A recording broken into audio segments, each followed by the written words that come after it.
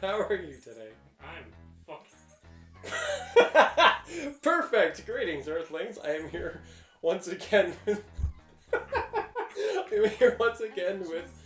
my friend, lover, and yours, Cryptofire, and we're going to be discussing somewhat a bit different this time.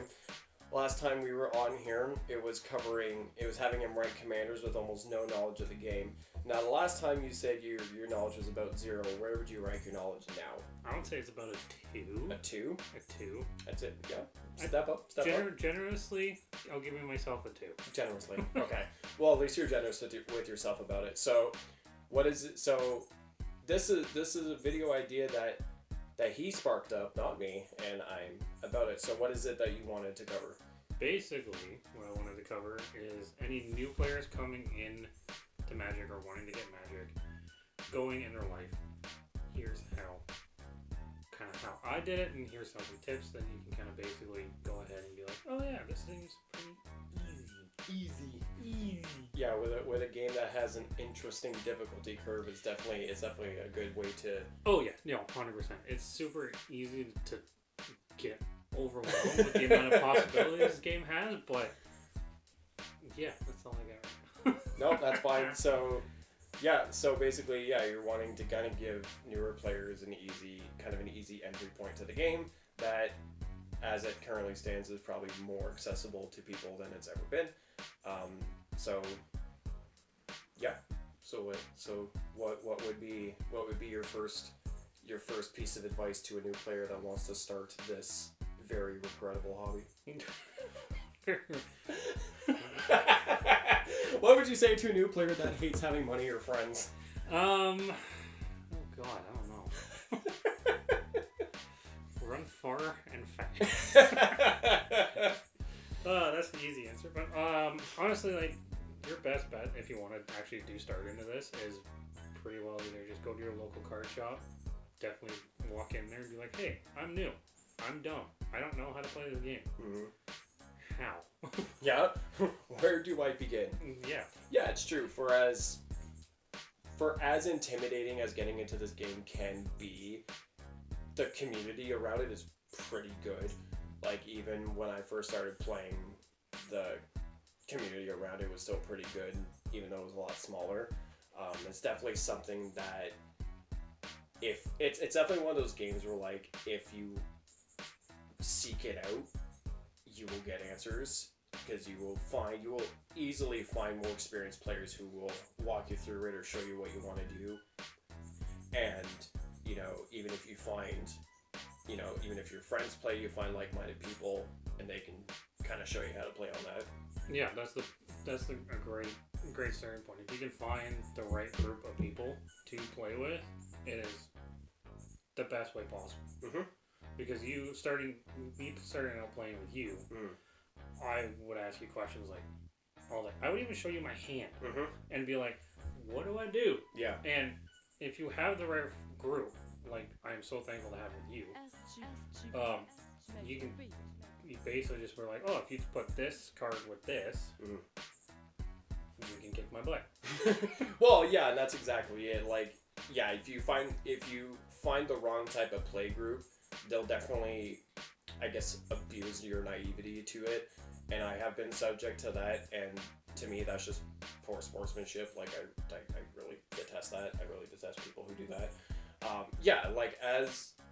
As when you've been playing for a certain amount of time and you're a pretty seasoned player, you almost kind of adapt a sense of responsibility for newer players to actually show them properly and show them in ways that they can figure out how to play stuff without you making them feel stupid or being condescending or being like, oh, well, you should have played it this way. But you can communicate that in a way that they go, instead of, duh, like, stuff like that. Yeah, like, even coming from, like a sports background, like, there's so many people that play the game. You have people that are, like, high number, like, the celebrities getting Pokemon cards or 100%. Everything like that. There's so many backgrounds, and it's so easy to get discouraged if you find the right group, because you're like sitting there going, well, I don't know what to do. They're not really helping me. there's no point in me playing it anymore. Yeah. So it's so easy because like there's so many people from different walks of life playing these games now, and it's great to see everything grow, and you don't have to worry about being, oh, am I in the wrong group? Am I not doing this? Is this not for me? This game's for everyone. No matter what age you are, you could be 6 months old, you could be 60. The day I see a 6-month-old coming up and kicking my ass at Magic the Gathering, I will just I will just give them my decks and leave. If you at 6 months old can formulate I don't even know the level of strategy it takes to even just play a basic game. I quit. You've officially just... Crazier things have happened in the world. Oh, I know. I'd give up the game too if I had right? that. Right? You know, go from 8-year-olds smoking cigarettes to 6-month-olds playing Magic the Gathering. I've been at tournaments where I've seen like single-digit age kids just wreck people at this game. It is nuts. It brings me joy. It brings me absolute joy to see that, because you know that kid's gonna remember that, and you know they're gonna keep playing this game for life. Oh, exactly. So that's a very good point, and it's true. You know, you see a lot people who have either made a living off of playing this game or have gained like a great following off of this game, and yeah, it's exactly as you said. It's people from different walks of life. Like you have Josh and Jimmy from the Command Zone who pretty much made their fortune doing this, and then you have Post Malone playing this game, for Christ's sakes, and then you have like football players. You know, there's a professor from Solarian Community College who had a metal band on his show. I can't remember which band, and I'll get lynched for it because metalhead. But, and that goes into some of the smaller channels. Like there is this one channel I really like called EDH Brutality, and pretty much his whole thing is he's a metalhead who likes Magic. Same with another channel that I really got into called Ponzer MTG. His stuff's really simple, like hour-long deck text, and he's just saying they're talking, but like he's European and his voice is kind of mesmerizing. So, but yeah, exactly. Like any and all types of Magic content you could want now, you can find.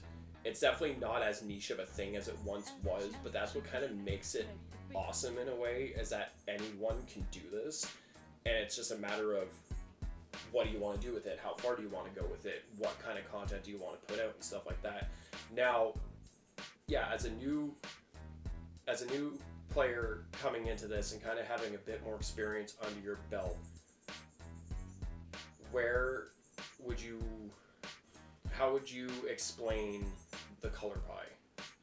The color pie is 5 colors. Yes. You have red, blue, green, white, black. Yes. Those are the main ones. Yes. I have no idea what any of the colors do. We'll get to that eventually, or you will explain it. Either or. But pick a color, stick with it, learn how to play the deck, then... Would you say it's easier to start out with a monocolored deck versus something that has 2 or more colors? Absolutely. Okay, good. Because I have played the intertwined colors. Yeah. Like playing like a multicolored deck. Yeah. I don't know why I said intertwined. I'm new. Leave me alone. Made sense in your mind. Yeah. And it gets super confusing super fast. And you get overwhelmed and you're just like, well, I don't want to play anymore. Yeah. Shove the playmat across them. The funnier part about that is I have taught people to play, and their very first deck was a 5-color deck. Oh dear God. And I'm just like, you animal. Right? Exactly. That'd be my reaction. I'm like, why do you hate yourself? But they usually do it well. My first deck was 3 colors, and that's the deck I stick to this day when I want to make people suffer. Yeah. And even if you don't want to stick with like one color, you can go out and get the starter deck. Like I personally have the Assassin's Creed starter deck, and that's what made me even more excited to play, because I was like, oh, there's an Assassin's Creed set. Let's go. I've played every single video game except for like 4 or 5 of the smaller known ones. But seeing that deck, it just jumped my interest in twice as much. Yeah, and that falls back to our point in the beginning about how Magic is so accessible now. And for as annoying as all the Universes Beyond and stuff that they're bringing in, it's a lot of these outside IPs that are bringing people into the game, and then they see what else they can do, and they either stick with that IP or they branch off and they get into the actual sets. Like, I'm very much a fan of Magic's lore and stuff of that sort, but I'd be lying if I said that some of the Universes Beyond cards and decks haven't like piqued my interest. Like, the Fallout decks to me are excellent. I absolutely love them. The Final Fantasy set was just what? It was just absolutely bananas. And yeah, like, people have their gripes about it. Some people hate it, some people love it. I kind of stand in the middle. It's one of those things, like, it's gonna happen, and that's just the state of the game now. You did want to talk about how each monocolor is kind of represented, so if you wanted to kind of expand on that a bit. No. Okay. I wish I knew. Another time. Nope, that's fair. I will explain that. Nope, that's fair. More. Is there anything else you wanted to add to this basically, segment? When you first start playing, you're gonna suck. Mm-hmm. It's just straight up. Whether you're starting out as playing a new sport, driving. Yeah. Driving, you're gonna suck when you first start doing it, because you're like, oh, everything's intimidating, and it's so easy to get intimidated with this game when you're starting out. Mm-hmm. So, and it goes back to what we said earlier in the video about finding the right group to play with. Because if you find the right group to play with, you can, like I said, show your deck to your friend and be like, hey, what can I do with this? Yep. And what should I have done?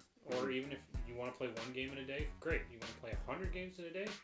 I don't know how you're going to do that, but go for it. Try it. Set a world record. Mono red. Game's over in 3 turns. Basically. Yeah. No. Yeah, those are very, very fair points on that matter. Like, yeah, exactly. It's definitely one of those things, as we mentioned. It seems like it has a very high point of entry, but not really.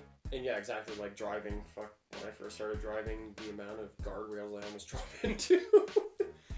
Because apparently I decided, hey, I'm a magnet. Like, and I was looking at the steering wheel and I magically switched lanes on a highway. Nice. Oh yeah. I can appreciate that. I got looked up and went, oh, wait. Whoopsie. My bad.